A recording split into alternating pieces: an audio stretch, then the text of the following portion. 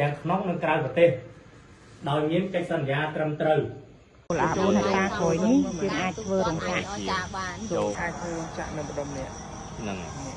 នេះគឺជាការសោកស្ដាយបំផុតដែលខ្ញុំរំលឹកម្ដងទៀតហើយរបស់ខ្ញុំជាមួយនឹងដៃគូរោងចក្រគាត់បានមានគម្រោងសង់រោងចក្រនៅលើផ្ទៃដី4ហិកតាហើយរោងចក្រមួយនោះពួកខ្ញុំគម្រោងនឹងសាងសង់មុនពេលកើតហើយរយៈពេល2ខែហើយរោងចក្រនោះផងដែរគឺពួកខ្ញុំសង់នៅប្រទេសកម្ពុជាដែលជារោងចក្រផលិត cosmetic ក៏ប៉ុន្តែពួកខ្ញុំគោលបំណងធំពាក់ព័ន្ធនឹងការដាំដុះរបស់កសិករខ្មែររបស់យើងដូចជាបល័យអំពិលទុំឬក៏ប្រេងខ្យល់និងប្រេងកាឡាដែលយើងអាចផលិតនៅក្នុងស្រុកហើយយើងនាំចេញទៅប្រទេសក្រៅហើយអ្វីដែលចម្បងធំបំផុតគឺយើងអាចជួយដល់កសិករខ្មែររបស់យើងមានការដាំដុះនៃវត្ថុធាតុដើមដែលរោងចក្ររបស់យើងតម្រូវការក៏ប៉ុន្តែជាអកុសលដែលពួកខ្ញុំមិនអាចបន្តបានដោយសារពួកខ្ញុំស្ថិតនៅក្នុងពេលការរៀបចំស្រាប់តែមុនការសាងសង់2ខែក៏មានបញ្ហាកើតឡើងដូច្នេះហើយរោងចក្រនេះគឺគោលគឺប្តីរបស់ខ្ញុំគឺគាត់អ្នកកាន់ការហើយគម្រោងដែលពួកខ្ញុំធ្វើនេះគឺទ្រង់ទ្រាយរៀងធំគួរសមដូច្នេះហើយទើបបង្អាក់ដំណើរពួកយើងមិនអាចបន្តបានដោយសារគ្រប់យ៉ាងពាក់ព័ន្ធជាមួយនឹងផ្លូវចិត្តរបស់ខ្ញុំផ្ទាល់ដែលខ្ញុំមិនទាន់អាចទទួលបានឬក៏ធ្វើអ្វីមួយបន្ថែមទៀតហើយមួយរយៈនេះក៏ខ្ញុំឃើញថាបើសិនជាប្រទេសកម្ពុជារបស់យើងមានរោងចក្រផលិតគ្រឿង cosmetic ឬក៏វត្ថុធាតុដើមដែលកូនខ្មែររបស់យើងដាំដុះដោយខ្លួនឯងគឺវាអាចជួយដល់ប្រទេសជាតិរបស់យើងបានច្រើនខ្លាំងមែនទែនដូច្នេះហើយទើបខ្ញុំផុសវីដេអូនេះឡើងបើសិនជាគ្រួសាររបស់ខ្ញុំគាត់នៅរហូតមកដល់ពេលនេះគឺប្រកាសជាចេញរូបរាងថាប្រទេសរបស់យើងកាន់តែមានភាពរីកចម្រើនហើយសំខាន់បំផុតគឺអាចផលិតគ្រប់យ៉ាងដោយអ្វីដែលយើងធ្វើនៅក្រៅប្រទេសមកនាំចូលមកប្រទេសកម្ពុជារបស់យើងផងដែរហើយគម្រោងរបស់ពួកខ្ញុំគឺមានច្រើនដោយសារពួកខ្ញុំរាល់ថ្ងៃគឺមានទំនាក់ទំនងល្អជាមួយនឹងរោងចក្រក្រៅប្រទេសពាក់ព័ន្ធនឹងរូបមន្តនាំចូលឬក៏វត្ថុធាតុដើមនៅក្នុងស្រុកពួកយើងអាចធ្វើបានដោយងាយស្រួលមែនទែនដែលមួយផ្នែកដែលបងប្អូនមិនសូវពឹងផលិតផលដែលនាំចូលពេលដែលពួកខ្ញុំឡើងគម្រោងនឹងការសាងសង់គឺពួកខ្ញុំឧស្សាហ៍ប្រជុំបីធ្វើម៉េចឲ្យរោងចក្រមួយនេះដំណើរការល្អ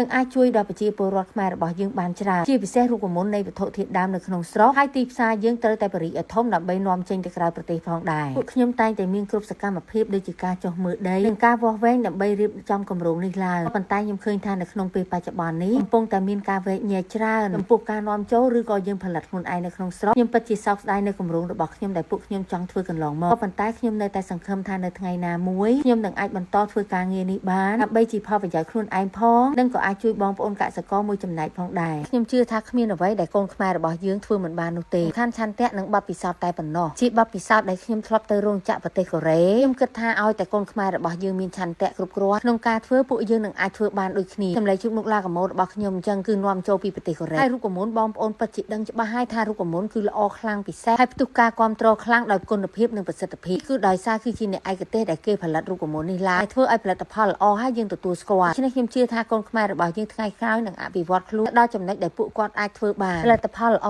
គឺអាស្រ័យទៅលើរូបមន្តល្អគឺយើងជាអ្នកជ្រើសរើសដើម្បីបង្កើតឡើងអតិថិជនក៏ប្រើប្រាស់និងប្រសិទ្ធភាពពិសេសរូបមន្តសម្លេងជូតមុខឡាកាម៉ូរបស់ខ្ញុំផ្ទាល់គឺបាននាំចូលពីប្រទេសកូរ៉េហើយផ្ទុះការគ្រប់គ្រងខ្លាំងប្រសិទ្ធភាពជាបានរាល់បញ្ហាមុខមុនសំចេញពីរូបមន្តសក្តិក្រាញ់ទឹកដែលរូបមន្តមួយនេះគឺល្បីខ្លាំងរាល់បញ្ហាដែលបងប្អូនកើតមានឡើងដូចជាមុខបងប្អូនឡើងអាឡែស៊ីឡើងសរសៃក្រហមឬក៏ឡើងមុនអីគឺព្យាបាលល្អហើយផ្ទុះការគ្រប់គ្រងខ្លាំងមកដល់សប្តាហ៍គឺដោយសារប្រសិទ្ធភាពនៃសម្លេងជូតមុខឡាកាម៉ូរបស់អ្នកប្រើប្រាស់គឺទទួលបានផលពិតៗឯកទេសអ្នកដែលគាត់មានបញ្ហាមុខមុនខ្លាំងគឺជូតសម្លេងជូតមុខឡាកាម៉ូគឺព្យាបាលជាហើយអ្នកដែលគាត់មិនមានបញ្ហាមុខមុនគឺគាត់ជូតជារៀងរាល់ថ្ងៃថែរក្សាស្បែកមុខបានល្អការពារមិនឲ្យឡើងអិចរុយឬក៏ឡើងមុននិងផ្ដល់សំណើមដល់ស្បែក